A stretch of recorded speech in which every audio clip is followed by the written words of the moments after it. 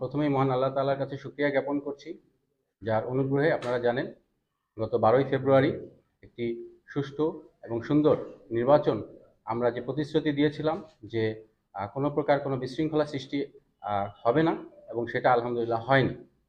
তবে বেশ কিছু জায়গায় হওয়ার সম্ভাবনা ছিল, আমরা সেটা শক্ত হাতে প্রতিহত করেছি। এবং আমি আপনাদের প্রতি অনেক কৃতজ্ঞ। আপনাদের বিশ্লেষণধর্মী কিছু তথ্য এবং আপনারা আমাদেরকে বিভিন্ন সময় বিভিন্ন ঘটনার পূর্বাভাস দিয়ে আমাদেরকে সহায়তা করেছেন, যার প্রেক্ষিতে আপনারা দেখেছেন গত 12ই ফেব্রুয়ারি কোনো জায়গায় কোনো ধরনের বড় ধরনের কোনো সমস্যার সৃষ্টি হয়নি। এবং আপনারা এটুকুও জানেন যে মোল্লাকান্দির মাখাটি কেন্দ্রে একটা ককটেল বিস্ফোরণের ঘটনা ঘটে, যেটা কেন্দ্রের বাইরে ঘটেছিল। অর্থাৎ কেন্দ্রে তেমন কোনো বিশৃঙ্খলা সৃষ্টি হয় নাই, বাট আমরা তড়িৎ সেটার অ্যাকশন নেই, যার প্রেক্ষিতে আমরা 5 জনকে ধরতে সক্ষম হই। এটার পিছনে আপনাদেরও অবদান রয়েছে, আপনারা সুন্দরভাবে সেটাকে কাভারও করেছেন এবং দেখেছেন যে ওই একটা ঘটনার মাধ্যমে সমস্ত মুন্সিগঞ্জ কিন্তু কোনো ধরনের বড় ধরনের কোনো দুর্ঘটনা সংঘটিত হয়নি। এটা আমাদের সকলের একযোগে প্রচেষ্টার ফল। আমি সকলের কাছেই এ বিষয়ে কৃতজ্ঞ। ইলেকশন পরবর্তীতে আমরা জানি যে গত 13ই ফেব্রুয়ারি বেশ কিছু জায়গায় বেশ কিছু ঘটনা ঘটার উৎপাত শুরু হয়েছিল, যার প্রেক্ষিতে আমরা তাৎক্ষণিক কিন্তু আমরা অ্যাকশনে যাই। আপনারা জানেন শ্রীনগরে একটা দুর্ঘটনা ঘটে, দুই পক্ষের মধ্যে মারামারি হয় এবং আমরা তাৎক্ষণিক সেখানে যেয়ে সমাধান করি। আনন্দপুরে একটা ঘটনা ঘটার সম্ভাবনা ছিল মোল্লাকান্দির, সেখানেও কিন্তু আমরা দ্রুত আমাদের পেট্রোল পাঠিয়ে সেটাকে আমরা নিয়ন্ত্রণে নিয়ে আসি। এছাড়াও ভিডিও আগলায় কিছু ঘরবাড়ি ভাঙচুরের ঘটনা ঘটে, যেখানে আমরা 2 জনকে তাৎক্ষণিক আমরা গ্রেপ্তার করে পুলিশের কাছে সোপর্দ করি। ইদানিং আরেকটি ঘটনা যেটা আমাদেরকে আসলে খুবই ব্যথিত করেছে, যেটা হচ্ছে আপনার চর আবদুল্লাপুর সদরের মধ্যে পড়েছে। এই চর আবদুল্লাপুরে একটি দুর্ঘটনা ঘটে, যেখানে আমরা দেখি ডাক্তার নাসির এবং যে মারা যায় জসিম, এই দুইটা গ্রুপের মধ্যে মূলত পূর্ব থেকেই একটি সম্পর্কের অবনতি ছিল, তাদের পূর্ব শত্রুতা ছিল, যেটা আপনারা হয়তো আরেকটু পর্যালোচনা করে দেখতে পাবেন যে ডাক্তার নাসিরের মেয়ের সাথে কিন্তু জসিমের ছোট ভাইয়ের বিয়ে হয়েছিল এবং পরবর্তীতে তাদের মধ্যে মেয়ে পালিয়ে বিদেশে চলে যায়, যার প্রেক্ষিতে তাদের মধ্যে পূর্ব থেকে একটি বিরোধ ছিল, যেটাকে তারা উপলক্ষ করে এই ইলেকশন পরবর্তী সময়ে আবার তারা এটাকে কেন্দ্র করে একটা মারামারিতে লিপ্ত হয়। এবং আপনারা জানেন দুপক্ষের মধ্যে ইনিশিয়ালি হাতাহাতি পর্যায়ে ছিল এবং পরবর্তীতে বেলা 2:30টার সময় তারা অতর্কিত হামলা করে। অর্থাৎ ডাক্তার নাসিরের লোকজন জসিমকে অতর্কিত তারা হামলা করে এবং জসিম ওই সময় আহত হয় এবং সে তাকে ইনিশিয়ালি মুন্সিগঞ্জ সদর হসপিটালে না নিয়ে তাকে নেওয়া হয় ঢাকা মেডিকেল, এবং সেখানে সে মৃত্যুবরণ করে। এটা একটি অনাকাঙ্ক্ষিত ঘটনা ছিল, বাট আমরা তাৎক্ষণিক, আমি নিজেও ওই এলাকায় গিয়েছিলাম, আমার পেট্রোল টিম ওখানে গিয়েছিল, পুলিশের টিমও ওখানে ছিল।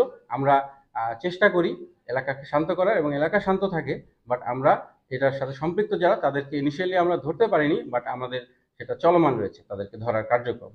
ইনশাল্লাহ আমরা চেষ্টা করে যাব। আর একটা মেসেজ আপনাদেরকে দিতে চাই, সেটা হচ্ছে মুন্সিগঞ্জে ইনশাল্লাহ আমরা যতদিন আছি আমরা সকলকে জানাইতে চাই আমরা এখনো মাঠে আছি। সো সে অন্যায় করে কেউ পার পাবে না, সে যে দলের বা যে মনেরই হোক না কেন, আমরা ইনশাল্লাহ সেটা কোনোভাবেই প্রশ্রয় দিব না। এটা আমাদের প্রতিশ্রুতি। আপনারা জানেন মোল্লাকান্দি এলাকাটাও সদরের অত্যন্ত নাজুক এলাকা। আমরা এই এলাকায় ছাড়িনি, এলাকায় আমাদের ডিপ্লয়মেন্ট আছে এবং সমস্ত উপজেলায় আমাদের ডিপ্লয়মেন্ট অব্যাহত আছে। ইনশাল্লাহ আমরা বাকি সময়টা যতদিন থাকবো মুন্সিগঞ্জ জেলাকে শৃঙ্খলার মধ্যে রাখতে সক্ষম হব। আপনাদের কিছু পয়েন্ট থাকবে। এই ঘটনাটা হত্যা ঘটনাটা ঘটেছে, এটা স্পেসিফিক আপনি বলে দেন আমাদের, যেটা কি আসলে রাজনৈতিক প্রেক্ষাপটের ঘটনা নাকি এটা পূর্ব শত্রুতা বা আপনার পক্ষ বিপক্ষ এরকম কোনো বিষয়, যে রাজনৈতিক বিএনপি বা বিএনপির স্বতন্ত্র এই বিষয়, নাকি এটা আপনার পারিবারিক কোনো? এটা আমরা যেটা বিশ্লেষণভাবে আমরা যেটা পাইলাম সেটা হচ্ছে তাদের মধ্যে এই পারিবারিক দ্বন্দ্বটাই ছিল। এইটা জাস্ট ইলেকশন পরে তারা এটাকে কথা কাটাকাটির মাধ্যমে তারা এটাকে একটা ইনফ্লুয়েন্স হিসেবে কাজ করে। ইলেকশনটাকে একটা ইনফ্লুয়েন্স হিসেবে নিয়ে, এটাও ঠিক তারা দুই পক্ষের আলাদা আলাদা পক্ষ ছিল, এটাকে ইনফ্লুয়েন্স করে তাদের মূলত তাদের ইয়া ছিল পারিবারিক কলহ। আমি আমি মুন্দার হোসেন মুক্তিযোদ্ধা সালাম সহসভাপতি মানুষজন আছি। যে আমরা যতটুকু জেনেছি যে একটা পক্ষ মানে জসিমকে যারা মারছে তারা ওদের বাসায় গেছে, বাসায় গিয়ে আক্রমণ করছে এবং সেখানে আহত হয়েছে আরেকজন, ওর ভাই, ও মনে হয় এখন মৃত্যু সজ্জায় আছে, বাপু ওকে রক্ষা করতে গিয়ে আহত হয়েছে, তারা দুজনেই মনে হয় হাসপাতাল আছে এখন। এবং সেটা তারা ওই নির্বাচনী পারপাসটাকেই পুঁজি করে ওইটাকে এই মানে হতে পারে পারিবারিক সমস্যা, কিন্তু ওই স্থানীয় এবং গ্রামবাসী পরিবারের পক্ষ থেকে দাবি দেওয়া হয়েছে এটা শুধু ওই যে নির্বাচনী অজুহাতটাকে কেন্দ্র করে তারা ওই সময় ওদের বাসায় গেছে, না তো বাসায় গিয়া আক্রমণ করা বা এই বাসায় গিয়া ফ্যামিলির সবার সামনে একই পরিবারের তিনজনকে যে এক ভাইকে তারা মারছে, পরে পরিবারের অন্য লোকজন বাসায় গেছে তাদেরকেও তারা মারতে করছে। এটা আসলে আমরা যত বলছি সে না ওই হাতাতে বা রাস্তার মধ্যে এই ধরনের ঘটনা মানে এটা না, এটা আমি কারেক্ট করি। এটা ইনিশিয়ালি কিন্তু আপনি যেটা বললেন, ইনিশিয়ালি একসাথে জড়িত হয়, মারামারি ছিল, তখন বোধহয় তারা অতর্কিত এসে তাদেরকে মারে। বাট এর আগে হাতাহাতি হয়েছিল, বাট সেখানে কোনো হতাহত হয়নি, খুব বেশি বড় আকারে হতাহত হয়নি। দুইবার এই ঘটনা Right. মারামারি ঘটনা হ্যাঁ। সদর ছাড়াও গজারিয়ার বিভিন্ন এলাকাতেও যেমন পশ্চিম ইউনিয়নের জামালদি সরকারি রোজগার, এখানে ভৌগোলিক একটা কারণ, যেমন এই এলাকাগুলিতে যাওয়ার ক্ষেত্রে আপনাদের প্রতিবন্ধকতা হচ্ছে কিনা কোনো ঘাটতি? কোনো প্রতিবন্ধকতা ইনশাল্লাহ আলহামদুলিল্লাহ আমাদের নাই। ইলেকশনের আগে থেকে আমি আপনাদেরকে ব্রিফ করেছি, আমরা দুটো হাই স্পিড বোট আমাদের ওখানে আমরা নিয়েছি, এবং আমরা একটা মহড়াও দেখিয়েছি হেলিকপ্টারের, যাতে করে এনিহোয়ার যে কোনো জায়গায় কোনো ধরনের ইয়া হলে আমরা যাতে দ্রুত সেখানে পৌঁছাতে পারি। এবং আমরা পর্যাপ্ত পরিমাণে পর্যবেক্ষণ করেছি, প্রত্যেকটা কেন্দ্র আমরা গিয়েছি, যাতে করে আমরা দ্রুত সময়ে যেতে পারি। যার আপনার রেজাল্ট আপনারা দেখেছেন ইলেকশনের সময় কত দ্রুত আমরা পৌঁছে গেছি। সো আমাদের ওই রকম কোনো প্রতিবন্ধকতা ছিল না আলহামদুলিল্লাহ। এখন নাই। হত্যার ঘটনায় আপনারা কাউকে আটক বা গ্রেফতার করেছেন কিনা বা আপনাদের অভিযান কোন পর্যন্ত আছে? এই ইসের ঘটনায়, এই গতকালকে আচ্ছা গতকালের ঘটনায় আমরা ইনিশিয়ালি আসলে যেটা আমরা দেখেছি, তারা এই মুহূর্তে মুন্সিগঞ্জে নেই।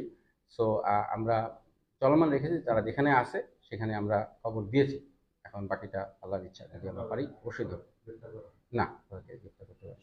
আমার আমার একটি প্রশ্ন ছিল, আমরা নির্বাচনে যেদিন শেষ হলো এবং ফলাফল যখন ঘোষণা ছিল, ওই সময় থেকেই আমরা খবর পাচ্ছিলাম যে মুন্সিগঞ্জের চরাঞ্চলের বিশেষ করে আধারার মোল্লাকান্দিতে বিচ্ছিন্ন কিছু ঘটনা ঘটা শুরু হয়েছে।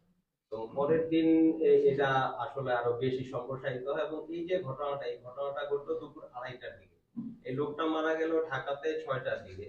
তো আমরা স্পেসিফিক তথ্যগুলো পাচ্ছিলাম স্থানীয় পর্যায়ে, কিন্তু প্রশাসনকে আমরা যতবারই ফোন দিচ্ছিলাম ওনারা আমাদের কাছে মনে হলো যে বিষয়টি এড়িয়ে যাওয়ার চেষ্টা করছেন। আসলে এই বিষয়টা কেন? আসলে মানে আমরা নিশ্চিত হয়ে গেছি এই লোকটা মারা গেছে ঢাকায়, প্রশাসন বলছে যে না আমরা এখন এই জাতীয় কোনো তথ্য পাই নাই, আপনাদের কাছ থেকেই শুনলাম।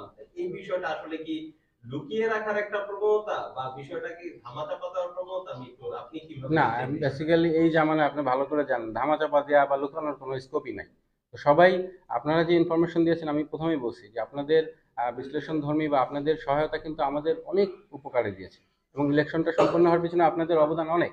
তো আমরা চেষ্টা করেছি, যখনই আমরা, শুধু আপনারা না, অনেক জায়গা থেকে আমরা ফোন পেয়েছি, এবং সাথে সাথে কিন্তু এটাকে আমরা রিয়াক্ট করেছি, আমরা সাথে সাথে ওই সমস্ত জায়গায় গিয়েছি। আর আপনার এই যেটা চর আবদুল্লাহপুর জায়গাটা, এটা যদি আপনি দেখেন, অত্যন্ত দুর্গম জায়গা, আমাদের এখান থেকে যেতে অনেক সময়ও লাগে। আমরা কিন্তু গিয়েছি ওই জায়গায়, এবং গতকাল রাত সকাল 4টা পর্যন্ত আমরা ওখানে ছিলাম।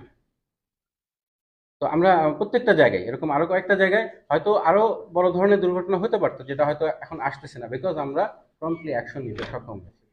এই ঘটনায় কোনো মামলা বা কোনো এটার মামলা, পুলিশি মামলা হয়েছে, এটা আমি যতটুকু জানি, এটা আপনারা হয়তো তাদের কাছ থেকে আরো ক্লিয়ার পাবেন।